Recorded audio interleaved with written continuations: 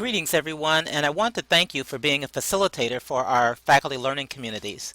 What I want to do is in the series of about 3 or 4 videos just give you an overview of the FLC program and a sort of orientation so you know what to expect. So this is the introduction. A faculty learning community, or FLC, is a voluntary, structured, year-long, multidisciplinary community of practice of size around 8 to 12 that includes the goals of building community and the development of SOTL, or Scholarship of Teaching and Learning.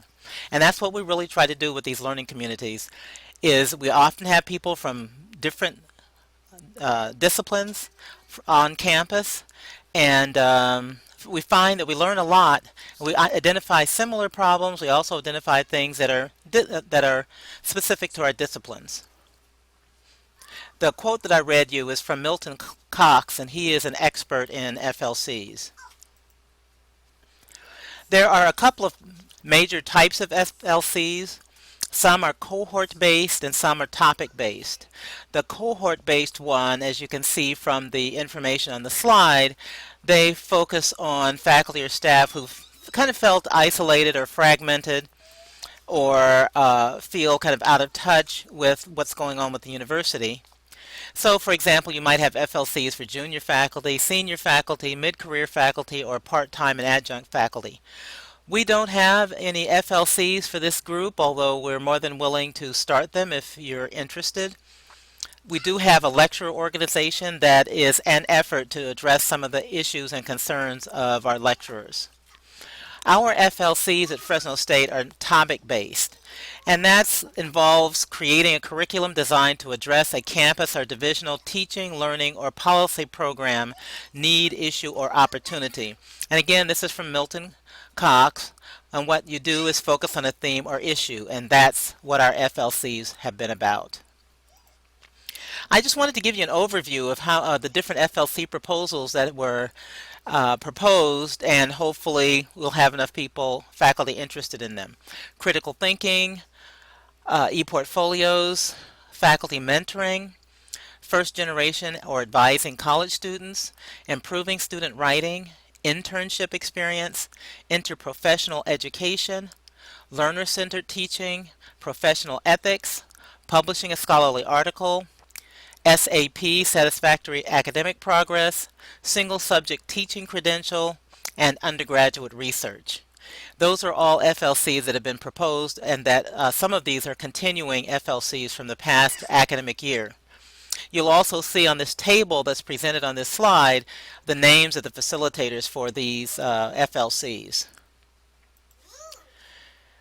I'm Ida Jones. I'm the program director of the FLCs.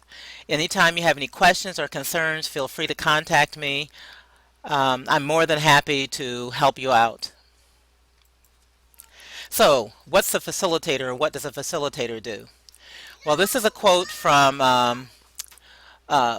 Ortquist, Ahrens, and Teroisian. And they say that effective facilitation is essential to creating and sustaining an environment in which faculty learning communities can thrive. Just as faculty learning communities differ qualitatively from other familiar work groups in higher education, the role of the facilitator differs from what are perhaps the more familiar roles of content expert, lecturer, chairperson, or traditional leader. So in this next slide, I kind of identify those roles more specifically. You're a facilitator of learning. You don't have to be the expert. You're with a group of faculty who are interested in the topic, who bring a vast amount of experience. It's very different from when we're doing things in the classroom where we are the content expert, even though we may have student participation. It's still kind of different areas of expertise that we have that the students don't yet have. In these FLCs, realize you don't have to know everything about the topic. You started with the idea that you're helping to help your group learn about the topic, but you're not necessarily the expert on the topic. You could be a political strategist and activist depending on the topic and whether you want to pursue changes based on what you've learned. You become a communication specialist in the sense that you want to foster full communication during the meetings and between meetings so that you can get the best cooperation and results. You're something of an entrepreneur in that, especially if you're starting on a new topic or something that isn't the usual at the university. And then the MOU itself outlines some of the other specifics. But the key that I want you to remember from this is that you are helping to guide learning, but you don't necessarily have to know everything. You don't have to do all the research first and then present it to the group. The group itself can identify what topics it wants to look at within that broad overall topic. Thanks for listening.